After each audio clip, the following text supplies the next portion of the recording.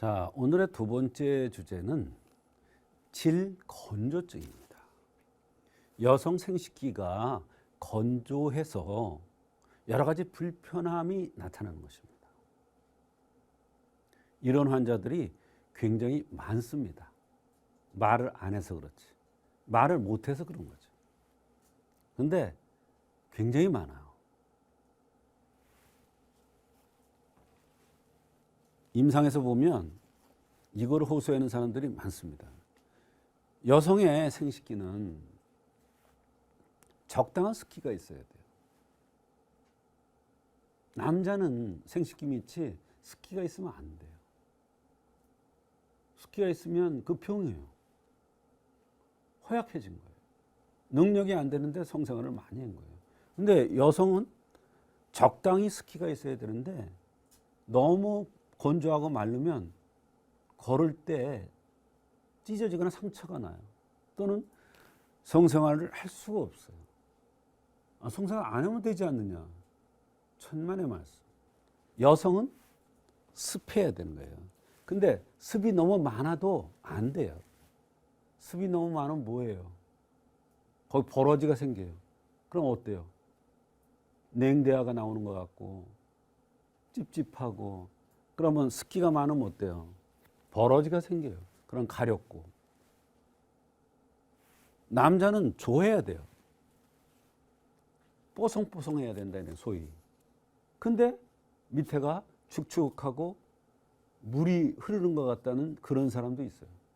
그건 뭐냐? 대부분 성의 능력이 없는데 무리해서 그래요. 무리해서 성을 탐한 거예요. 그럴 땐 성을 탐했다고 그래요. 무리해서 성생을 한 거예요. 또는 그러지 않은데도 그렇다. 그건 선천적으로 그쪽이 약한 거예요. 그게 우리는 밑에를 명문이라고 그러죠. 명문화라고 그러죠. 명문화가 약하면 습해지는 거예요. 그러면 배도 아프고 허리도 아프고 다리도 차고 손도 차고 추위도 많이 타고 그러는 거예요. 그래서 여성은 습일 때 알맞아야 되고, 남성은 조하되 뽀송뽀송하게 조해야 돼요. 참 희한하죠. 이걸 쪼라고 그러고 이걸 습이라고 그래요. 쪼습. 자, 질건조증의 한의학적인 원인은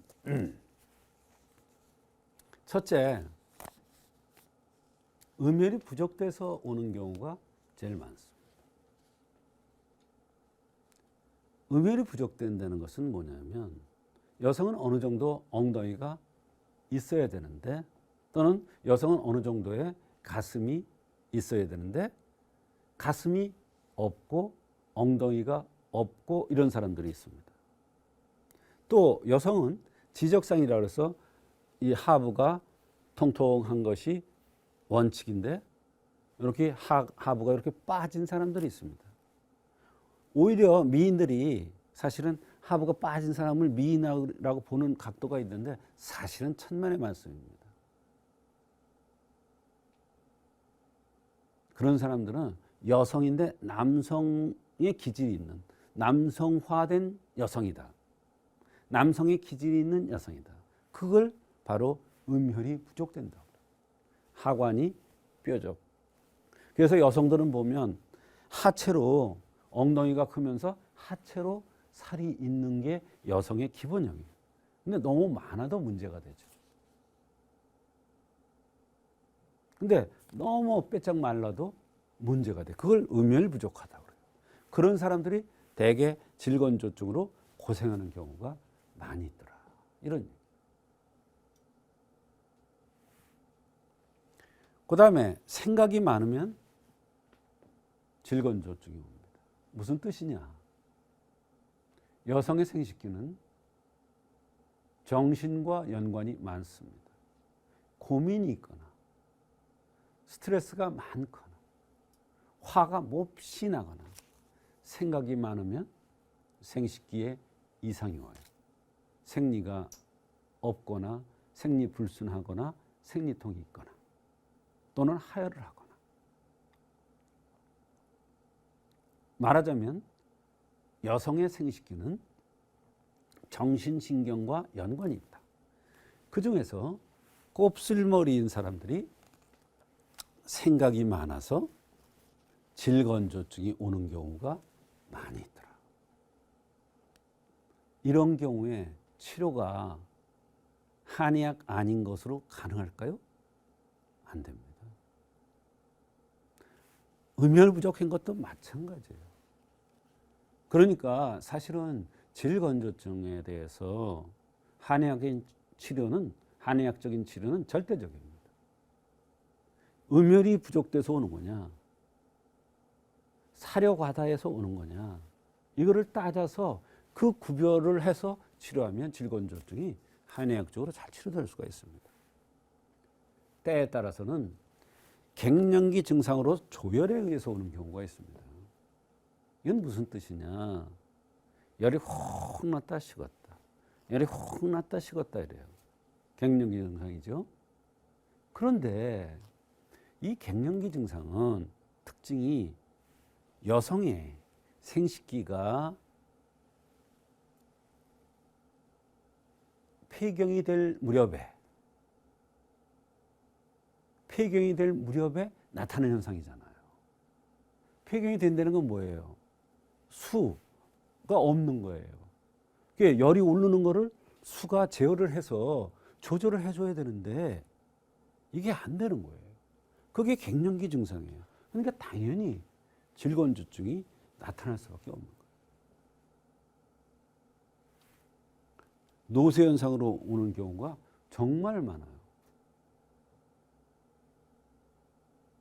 노쇠 현상으로 오는 경우 피부가 마르죠. 모발도 까쭉해지죠. 주름이 많이 지죠. 마찬가지예요. 거기도 같은 노쇠 현상이 나타나면서 질건조증 때문에 고통을 받는 경우가 많아요. 근데 요즘은요, 70대에도 왕성하게 성생활 하는 사람도 있습니다. 잘못된 거죠. 그 다음에 음주 과다에서 오는 경우가 있어요. 무슨 얘기냐?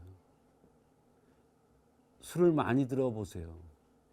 아침에 일어나면 입이 쩍쩍 마르고 눈이 뻑뻑하고 마찬가지입니다. 눈에 눈물이 있어야 하고 입에 침이 있어야 되듯이 생식기, 진액이 있어야 되는데 입과 눈만 마를까요? 생식기까지 마르는 거예요. 그게 바로 질건조증이에요.